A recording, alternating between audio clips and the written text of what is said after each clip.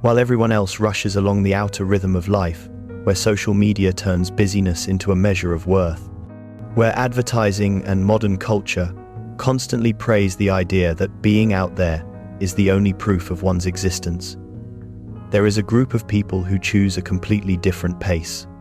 They are not pulled in by the bright lights, not swept away by the crowds, and they feel no need to show up at every gathering. On the contrary, they only truly breathe when they return home. Because the modern world is built on speed, people check notifications before even opening their eyes. They go to work in the sound of honking cars and the pressure to look successful. They make small talk they don't really want to make. They post status updates just to prove they still exist. They smile at the right time, stay calm in the right place, appear fine even when inside they are not. We are living in a culture where being busy is seen as a virtue, and where quietness is seen as suspicious. And in the middle of that world, there exists a group that stands outside the collective rhythm, gentle, quiet, even strange in the eyes of the majority. They don't follow the crowd, don't fear missing out, and don't need to appear at every event to prove they are still relevant. For them, the stillness of a room, the soft hum of the air conditioner, the dim glow of a desk lamp is where they feel most clearly seen. These are the ones who love being at home, the ones the world often misunderstands, sometimes even misjudges. They are not antisocial, not unmotivated, and certainly not detached from life. They are simply people with more sensitive nervous systems, deeper inner worlds, and a need for more authentic connections, the kind the noisy outer world cannot offer. And perhaps the biggest question is this: why do these people feel the safest and most at peace when they are at home? What makes them willing to step away from the noise and choose such a slow, quiet rhythm of living? Are they running away? Or are they seeing something the rest of the world has forgotten? In this video, we will look into the psychological depth of these individuals, people who may seem distant, yet are actually living on a different layer of perception. A place where silence is not emptiness, but the true home of the soul. Let's step into that world together. You may realize it is also the world within yourself. Most people, when looking at those who prefer staying at home, tend to make quick and careless assumptions that they are shy, lack social skills, or are simply not strong enough to integrate into the world. But in psychology, such hasty conclusions usually scratch only the surface. Behaviors may look similar, but their psychological roots are entirely different.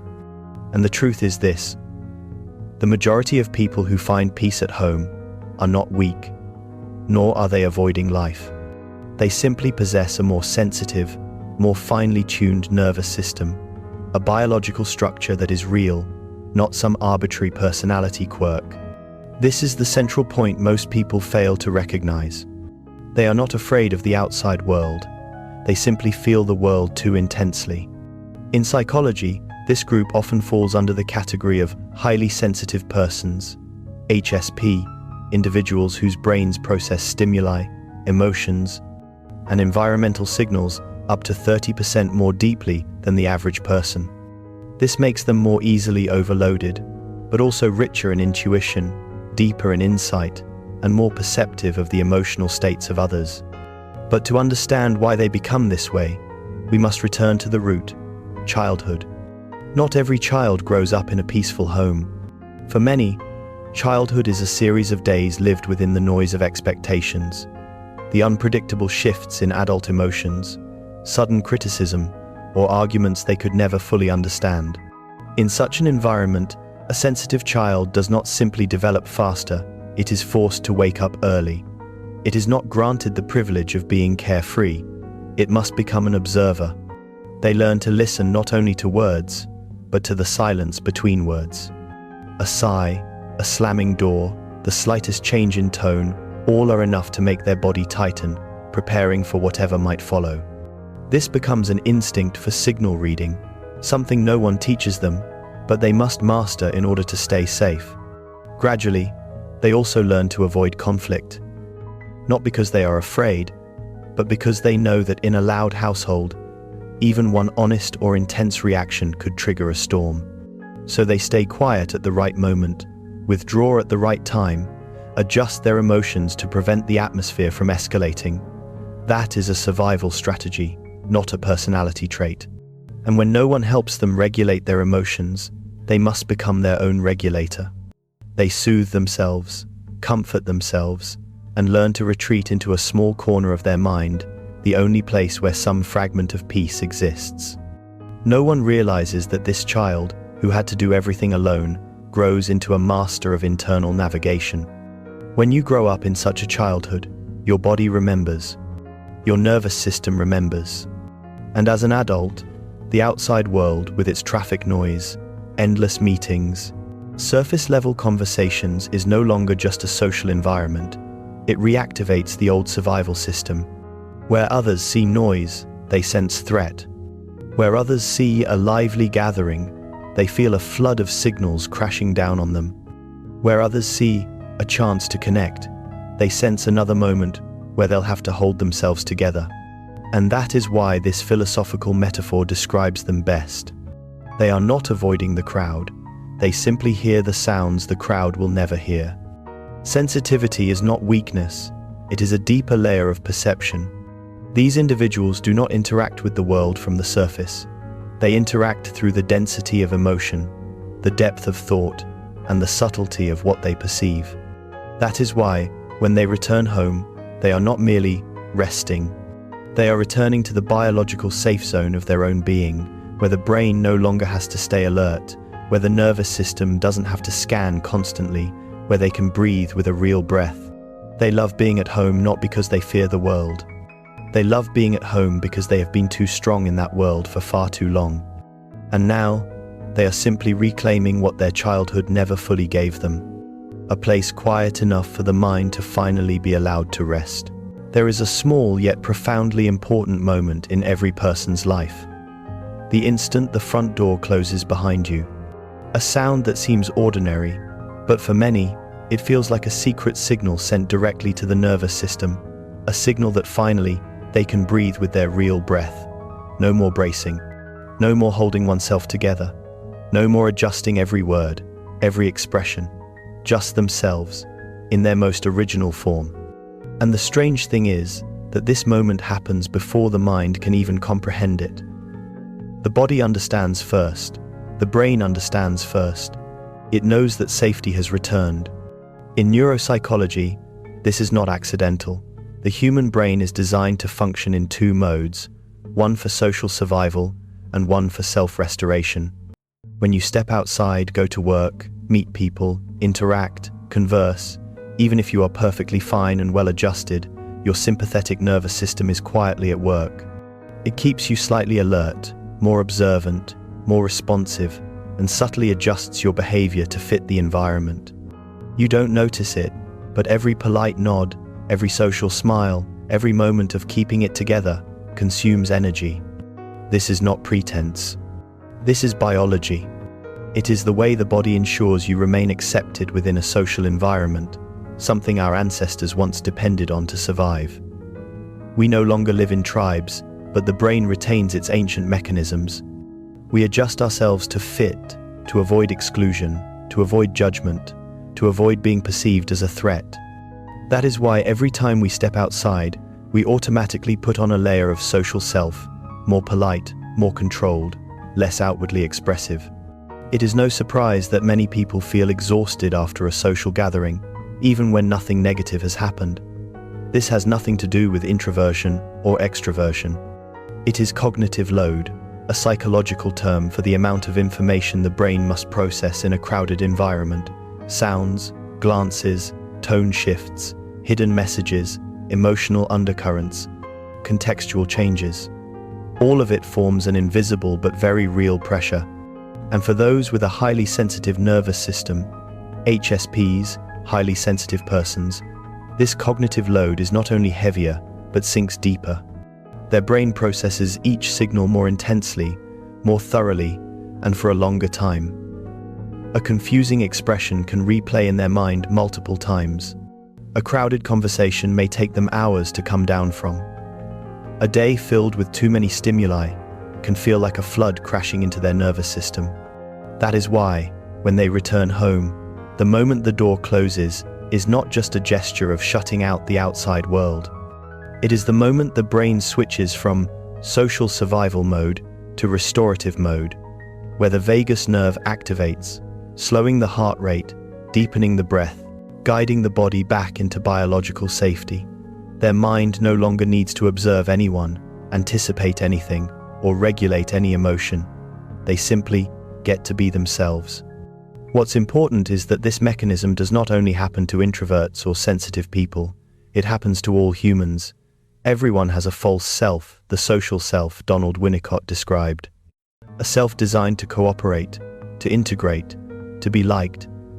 And everyone has a true self, the unguarded self, the original self, the self without performance. The difference lies only in how clearly we can perceive the shift between these two layers of identity.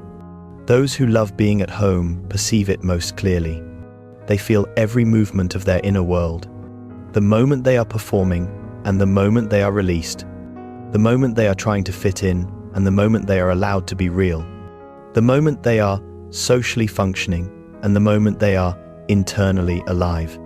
And perhaps because they perceive this difference so vividly, they cherish the space that brings them back to their essence, where there are no watchful eyes, no roles to maintain, no conversation that must be carefully measured. At home, they do not need to be stronger than necessary. They do not need to diffuse tension. They do not need to hold the peace for anyone. They do not need to smile when they don't want to.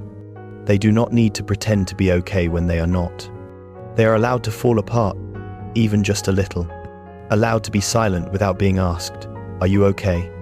Allowed to sit still without explanation.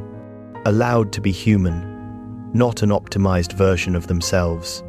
And this is why so many feel a sense of absolute peace when they are at home, because it is the only place where they meet themselves unfiltered, unaltered, unperformed. The home is not where they hide from the world. The home is where they remove what they were forced to wear in order to enter the world. This inner mechanism from brain to nervous system to identity reflects something deeply human. Every person needs a place to return to. A place where we do not need to be smart, funny, kind, adaptable, calm, or sociable. A place where being ourselves is not a goal, but a natural state. A place where we do not have to be perfect, strong, or exactly what someone expects us to be. When the door closes, the mask falls not because we are deceitful, but because outside, we must live among countless overlapping roles. And inside, we finally return to the only role that truly belongs to us. The role of ourselves. The funniest thing about modern life is this. The quieter a person is, the more likely they are to be seen as having a problem. The more peaceful, the more soft-spoken, the more they enjoy staying at home, the more the outside world tends to interpret that quietness as something distorted, too withdrawn, too distant, not fitting in, maybe unstable. And here lies the most ironic paradox. Those who find balance within themselves are often the ones most misread by the world outside. But if we look with deeper eyes, we see the real picture. What people call withdrawing is actually a form of freedom. Freedom from expectations, freedom from noise, freedom from performance, freedom from the pressure to prove something in front of others. In a society that treats busyness as a measure of worth, choosing stillness is a quiet act of rebellion. The world out there follows a different logic. You must appear, speak, act, participate, express. But those who love being at home, those who cultivate inner silence, choose to move against that current. They don't chase the collective rhythm. They don't cling to noise to feel alive. Instead, they find life in the spaces of quiet, where the world cannot interfere with the signals of their inner world. Because of this, they are misunderstood. But the misunderstanding does not come from them. It comes from those who cannot sit still with themselves. Someone once said, "When you are silent, people hear their own anxiety louder than they hear your essence." One person's calm reflects another person's restlessness. One person's inner stability accidentally touches the corners others try to avoid. People fear what they cannot understand, and they fear even more what forces them to face themselves. That is why a person who loves being at home, someone simply choosing a rhythm that aligns with their nervous system and soul, can be seen so inaccurately. Others see withdrawal, but not the inner journey unfolding quietly within. They see silence, but not the layers of thought settling and reshaping. They see a shadow behind the window, but not the light blooming softly inside that room. True quietness always carries the power of light. Not a blinding light, but a warm, low, gentle one, like a desk lamp in the night. Not flashy, but patient, steady, illuminating gradually without needing attention. Quiet people carry that lamp within them. They do not try to shine on anyone. But those who are sensitive enough will recognize their warm and steady presence, a light no one can steal and one that requires no validation. They are like a soft breeze, not loud like a storm, not showy like harsh sunlight. They simply pass by, yet are enough to make the leaves move. Their strength lies not in volume, but in their ability to create change without making noise. And this is where we touch the central awakening of this section. Those who are most misunderstood are often the ones who live most authentically, because authenticity does not create noise. It creates depth. And depth is something not everyone has the capacity to see. Society easily accepts the loud because noise hides emptiness. Society struggles with the quiet because silence reflects the truth of human nature. When you speak less, people hear their own inner voices more. When you stand still, people see their own instability more clearly. When you choose to stay at home, others unconsciously confront their own exhaustion, the exhaustion they have not yet dared to acknowledge. And so instead of understanding, they judge. Instead of listening, they interpret. Instead of seeing your inner world, they see through the filter of their own fears. But the quiet person does not live to explain. They live to understand themselves. And at the deepest level, their silence is not a retreat from the world, but the highest form of awakening. Not running toward the crowd, but running toward the essence of who they are.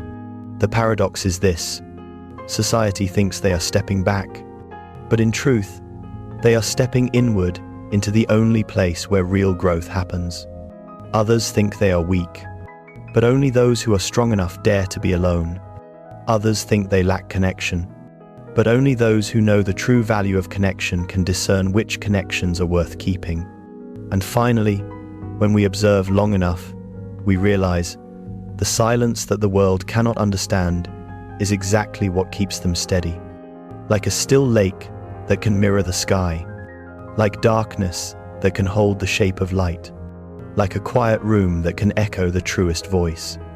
Perhaps the paradox never belonged to them. It belongs to the world, a world so accustomed to noise that it no longer recognizes the presence of silence. And the philosophical closing for this chapter is this: sometimes it's not the quiet person who is avoiding the world. It is the world that has become so loud it can no longer hear their heart. The saddest part is this: people who love staying at home are often seen as inexperienced, closed off, not deep, or afraid of life. But there is a truth that very few people are sensitive enough to see beneath the surface. Many of them do not choose quietness because they are weak. They choose it because they understand too well the cost of living without listening to themselves. And here lies the darker side of the story. The silence that the world calls dull is often built from wounds whose depth only those who have lived through them can truly understand. No one sees the nights when you curl into the darkness just so your emotions don't overflow too strongly. No one sees the days when you smile outside, but inside you want to disappear for a moment just to breathe. No one knows that, long before you chose to stay home, there was a time when you tried your best to blend into the world, and it was that world that exhausted you. Perhaps that is why people who like being at home often have more depth. Not because they read more, think more, or philosophize more, but because they have lived through layers of emotion others spend their lives avoiding: loneliness, hurt, disappointment, the burden of being strong for others, the quiet breaking that happens when there is no place to fall. And then one day, they realize something others may spend a lifetime learning. You don't have to be in crowded places to belong. Sometimes, it is quietness that saves you from yourself. You, the one reading this, have likely felt that too. A kind of exhaustion, not of the body, but of the soul. A kind of depletion that comes from living up to expectations, from being good to others even when you are bleeding inside. A kind of pain no one sees because you hide it too well. There are days when you return home, close the door, and sit in the dark, not because you're sad, but because you need the feeling of not being touched by anyone. There are mornings when you wake up and wish to stay in your own space where there are no eyes, no demands, no roles you need to maintain. There are evenings when you turn off your phone, not because you hate people, but because you are trying to save yourself. If you've ever felt those things, then you understand. Staying home is not escaping. Staying home is returning to a soul that has gone too long without rest, returning to the inner voice you silenced for others, returning to the part of you that has always been there but never had a chance to live fully. And here the story deepens. People who love being at home often possess a special kind of perception, the ability to sense their own sadness and the sadness of others with remarkable subtlety. They are not careless. They cannot bring themselves to hurt anyone. They notice things others overlook. The shift in someone's voice, the sadness in their eyes, the hesitation in their words. They carry a soft heart, so soft that sometimes they don't even know where to place it, so it won't get scratched. Have you ever wondered why you feel tired around crowds? Why small talk leaves you empty when you get home? Why insensitive people drain you so quickly? Why everything feels heavier to you than to others? It's not because you're weak. It's not because you're wrong. It's not because you're too sensitive. It's because you live deeply. You feel deeply. You see deeply. You love deeply. And because you feel deeply, you hurt deeply. But for the same reason, you understand deeply, empathize deeply, and can perceive the truth in others that no one else notices. People who love being at home are not disconnected. They are the ones who understand that not every relationship is worth keeping. Not every conversation is meaningful. Not everyone is gentle enough to stand beside them without draining them. They choose less but deeper. Fewer people but more genuine ones. Less noise but more honesty. And then, at some point, you, the one who once tried so hard to fit into the world, realize you don't need that anymore. You don't need to prove anything to anyone. You don't need to be interesting. You don't need to show up everywhere. You don't need to chase what you don't even truly want. That is the moment of letting go. Not letting go of life, but letting go of what is not yours. Letting go of others' expectations. Letting go of exhausting roles. Letting go of the need to be liked by everyone. And in that exact moment, you discover an awakening. When you no longer need the world to accept you, you finally meet yourself. People who love being at home have depth not because they live alone, but because they have learned how to live truthfully with themselves, something most of the world is still afraid to do. Their stillness is not an ending, but a doorway inward. And anyone who can walk through that doorway will never return to living shallowly again. And the closing line for this section is simply this. It's not that people who stay home lack experience. They are simply experiencing the world at a depth others have never touched. Sometimes, it takes walking very far into life to realize a paradox that seems upside down. There are steps that look like retreat, but are actually the first steps leading you back to yourself. In a world that glorifies busyness as proof of worth, people who stay at home are often seen as timid, fearful, or as if they are shutting themselves off from life. But when we slow down enough to look deeply into the nature of stillness, another understanding emerges. Staying home is not stepping away from the world. Staying home is returning to the most primal layer of life within you. And then, in the very real quiet of a familiar room, you touch a soft truth you were never still enough to hear before. Staying home is not stepping backward. It is returning to the place your heart had been pointing to all along. We tend to think freedom lies in movement, in long journeys, lively meetings, energetic plans. But the more we grow, the more we realize that true freedom arrives the moment we dare to be still. When we stop running after the rhythm of the world, we begin to hear the quiet rhythm inside ourselves, a breath as gentle as a breeze, a form of life that does not put itself on display, but remains patient, steady, enduring. The deeper we walk into the outer world with its noise, its demands, its stacked expectations, the more we come to understand that the stillness at home is like the last remaining shelter after a storm. Not a place to hide, but a place to remember that there is still a corner of life that does not require you to be strong, cheerful, excellent, or endlessly responsible.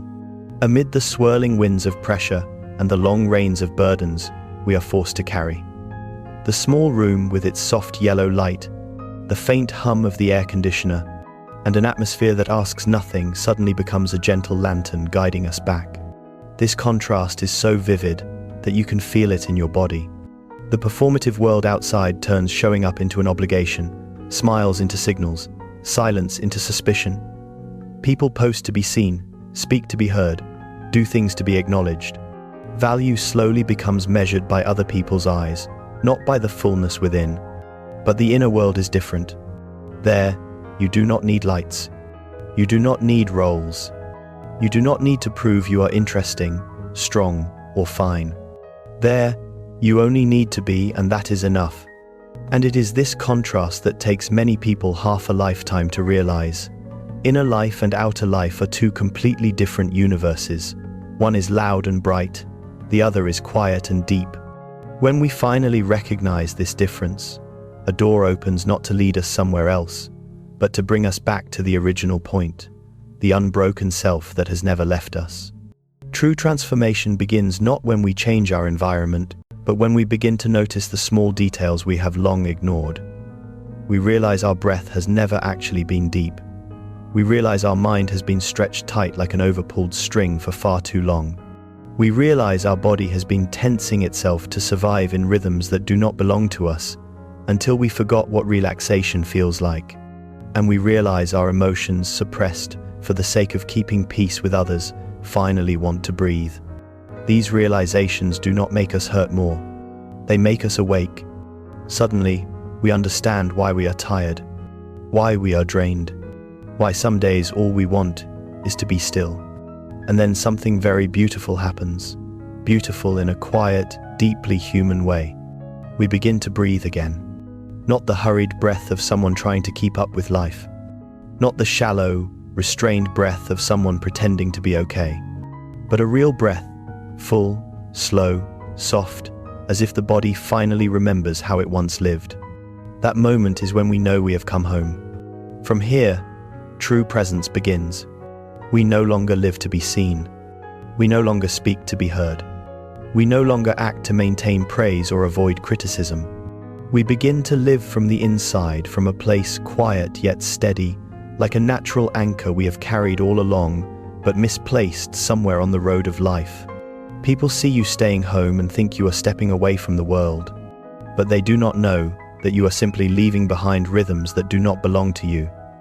To move toward the one thing truly worth keeping, your essence, something no crowded place can ever offer you completely. The world loves what sparkles. But real life lives in the smallest things, so small we only notice them when we are still.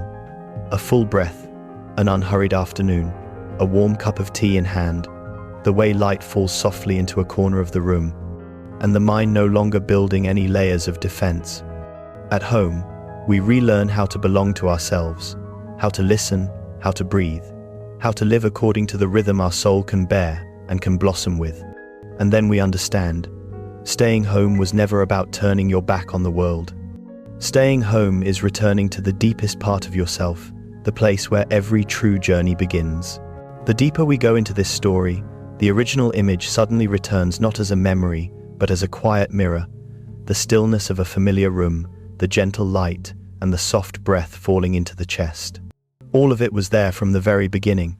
We simply didn't see its meaning so clearly until now. Every journey, no matter how far it takes us, eventually leads back to that silent point, the place where we realize we have been walking for too long without truly stopping.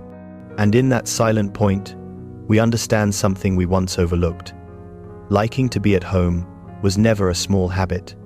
It is a philosophy of the soul, a whisper soft but true about the deepest human need, the need to belong to oneself. Society looks at stillness and rushes to label it as avoidance, retreat, or fear. But those with truly quiet souls are the ones living closest to their own essence. They speak little, but carry a universe inside. They appear rarely, yet feel the world with every cell. They do not avoid interaction, they simply refuse conversations without a soul. And the withdrawal the world sees on the outside is actually the widest open doorway into their inner being. Understanding this, we soften. We soften toward ourselves. We soften toward others. We realize every soul has its own rhythm. Some find themselves in journeys, some in laughter, some in noise. But others find themselves in a quiet afternoon, in the sound of boiling water, in the way a slant of light touches the wall, in the slow, steady breath that is enough. No one is higher or more correct. The only difference is who is living in alignment with their own rhythm. And once we accept that, a quiet liberation opens. We stop blaming ourselves for not being like the majority. We stop forcing ourselves to blend in with a rhythm the heart cannot keep up with. We stop running just to prove our worth. We begin to understand that there is a kind of peace that only arrives when we stop, when we allow ourselves not to show up, not to impress, not to hold ourselves stronger than our emotions. We only need a place to breathe fully. And sometimes that place is the small room we once dismissed as simply somewhere to return to.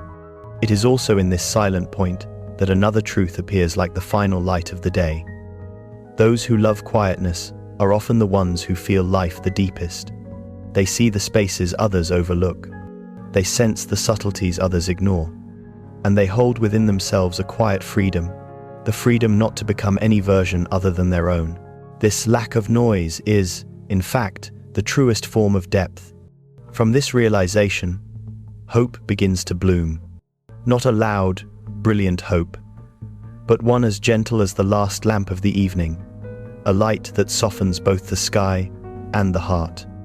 A hope that we don't need to chase noise to feel important. A hope that there exists a steady, enduring happiness found in returning to a familiar place and living in the rhythm of our own heartbeat. A happiness that needs no audience, no performance, no proof, only a deep breath and a place to rest the heart. And at this point, every question that once troubled us becomes lighter. Am I wrong for staying home? Am I missing out on something? Am I too different from others? And the answer is always this: no. You are simply living in the way your soul was designed to live. In the end, when all the noise has fallen away, this story leaves only one thing light enough not to burden, deep enough to stay long after the video ends. Something that anyone, whether they love staying home or love wandering, can feel the moment their heart returns to itself. Home is not the place you hide in. Home is the place you return to, the place where you meet yourself in your most whole form.